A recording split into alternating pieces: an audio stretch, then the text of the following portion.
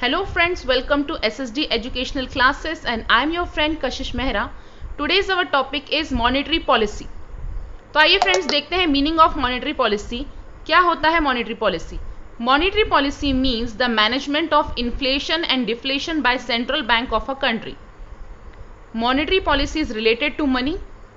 और जब हमारी कंट्री में सेंट्रल बैंक हमारी कंट्री का है आरबीआई. जब आरबीआई कोई भी पॉलिसी बनाता है इन्फ्लेशन या डिफ्लेशन से रिलेटेड, तो उस पॉलिसी को हम मॉनेटरी पॉलिसी कहते हैं. That is monetary policy is the credit policy adopted by the central bank of a country. किसी भी कंट्री के सेंट्रल बैंक ने जब भी कोई पॉलिसी बनाई है रिलेटेड टू क्रेडिट पॉलिसीज और रिलेटेड टू इन्फ्लेशन पॉलिसीज और related to deflation policies. In short, किसी भी कंट्री के सेंट्रल बैंक अगर पॉलिसी बनाता है और वो मनी से रिलेटेड पॉलिसी बनाता है, वो क्रेडिट पॉलिसीज बनाता है, इन्फ्लेशन या डिफ्लेशन से रिलेटेड पॉलिसीज बनाता है, तो उन सभी पॉलिसीज को हम मॉनेटरी पॉलिसी कहते हैं. आइए देखते हैं definition. According to professor Kent, monetary policy is the policy which contribute to the management of the expansion and contraction for the explicit purpose of attending a specific objective such as full employment. इस definition का meaning में क्या बताया हुआ है? Monetary policy वो policy है जो कंट्री में मैनेज करने में हेल्पफुल रहती है. कंट्री में एक्सपेंशन करना है या कॉन्ट्रैक्शन करना है मनी का सप्लाई. कंट्री में जब मनी के सप्लाई को एक्सपैंड करना है या कॉन्ट्रैक्ट करना है, तो उस पॉलिसी को हम मॉनेटरी पॉलिसी करते हैं. लेकिन मॉनेटरी पॉलिसी इसलिए बनाई जाती है ताकि हम स्पेसिफिक ऑब्जेक्टिव्स को पूरा कर सकें. और वो स्पेसिफिक ऑब्जेक्टिव हो सकते हैं कंट्री में फुल एम्प्लॉयमेंट लाना, कंट्री में स्टेबिलिटी लाना, और अलग अलग पॉलिसीज या अलग अलग ऑब्जेक्टिव्स भी हो सकते हैं. आइए फ्रेंड्स देखते हैं objectives of monetary policy. The first point says that rapid economic growth by interest rate. सबसे पहला ऑब्जेक्टिव है मॉनेटरी पॉलिसी का rapid economic growth. It means economic growth को इंक्रीज करना, लेकिन इंटरेस्ट रेट के थ्रू. फॉर एग्जाम्पल, अगर हमारी कंट्री में इन्फ्लेशन की कंडीशन है तो इंटरेस्ट रेट बढ़ा दिया जाता है. और अगर हमारी कंट्री में डिफ्लेशन की कंडीशन है तो रेट ऑफ इंटरेस्ट, जो बैंक का रेट है, वो कम कर दिया जाता है. Second point says that monetary policy इसलिए बनाई जाती है ताकि हम प्राइस स्टेबिलिटी कर सकें. हमारी कंट्री में जो लेन देन है, जो परचेजिंग पावर है, उसको हम स्टेबल रख सकें.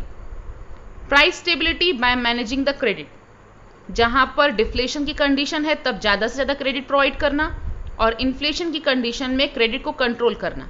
और ये सब काम करता है आरबीआई और गवर्नमेंट मिलकर मॉनेटरी पॉलिसीज बनाते हैं, और मॉनेटरी पॉलिसी के थ्रू वो पूरे देश में, पूरे कंट्री में प्राइस स्टेबिलिटी मेंटेन करते हैं.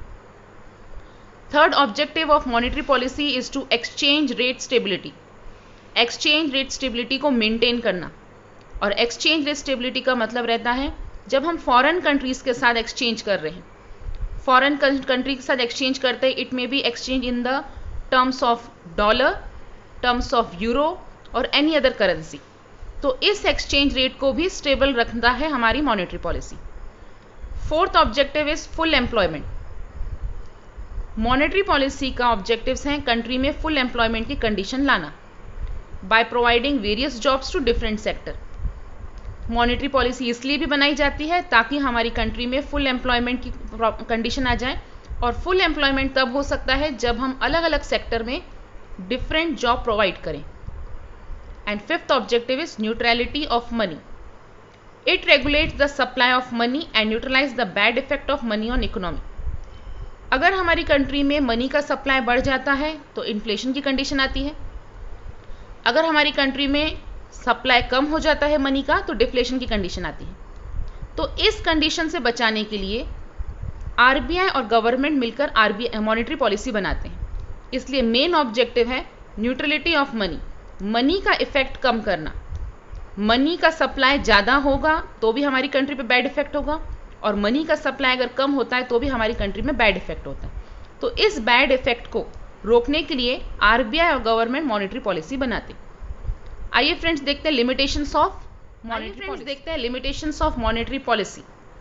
जहां पर आपने देखा मीनिंग ऑफ मॉनेटरी पॉलिसी में कि मॉनेटरी पॉलिसी वो पॉलिसी है जो गवर्नमेंट और आरबीआई मिलकर हमारी कंट्री के मनी सप्लाई को कंट्रोल करते हैं. लेकिन आरबीआई मनी सप्लाई के कंट्रोल को तभी कर पाएगी जब सभी लोग उसका साथ देंगे। तो सबसे पहला लिमिटेशन है अनऑर्गेनाइज्ड फाइनेंस मार्केट। हमारी कंट्री में अनऑर्गेनाइज्ड फाइनेंस मार्केट भी चलता है। जब हम बात कर रहे हैं unorganised finance market, it means money lender या ऐसी मार्केट जिस पर आरबीआई का कंट्रोल ही नहीं चलता। हमने अपना पैसा किसी फ्रेंड से लिया, तब रेट ऑफ इंटरेस्ट आरबीआई नहीं तय करेगी, तब वो पैसा देने वाला मनी लेंडर तय करेगा। तो वहाँ पर रेट ऑफ इंटरेस्ट कंट्रोल नहीं कर पाती है RBI. It means monetary policy अगर कंट्री में बन भी रही है, लेकिन अनऑर्गेनाइज्ड मार्केट होने की वजह से वो फॉलो अप नहीं हो पाएगी। Second limitation is lack of banking facility. हमारी कंट्री में उतनी बैंकिंग फैसिलिटीज भी नहीं है और बैंकिंग हैबिट्स भी नहीं है लोगों की कि वो बैंक में पैसा जमा करेंगे।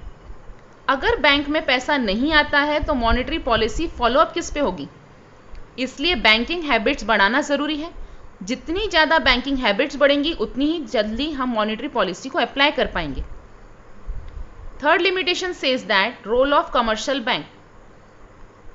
जितने ज़्यादा कमर्शियल बैंक हमारी कंट्री में रहेंगे उतना ही हम मॉनेटरी पॉलिसी फॉलो अप कर पाएंगे। कई जगह पर आज भी कमर्शियल बैंक्स नहीं है, जिसकी वजह से मॉनेटरी पॉलिसी पूरी कंट्री में एक जैसा फॉलो अप नहीं हो पाता। Fourth point says that lack of cooperation of commercial bank. कई बार आरबीआई जो रेट ऑफ इंटरेस्ट तय करते हैं, कमर्शियल बैंक उसे फॉलो अप करने से मना कर देते हैं, क्योंकि अगर वो ऐसा करते हैं तो कमर्शियल बैंक को लॉस फेस करना पड़ता है।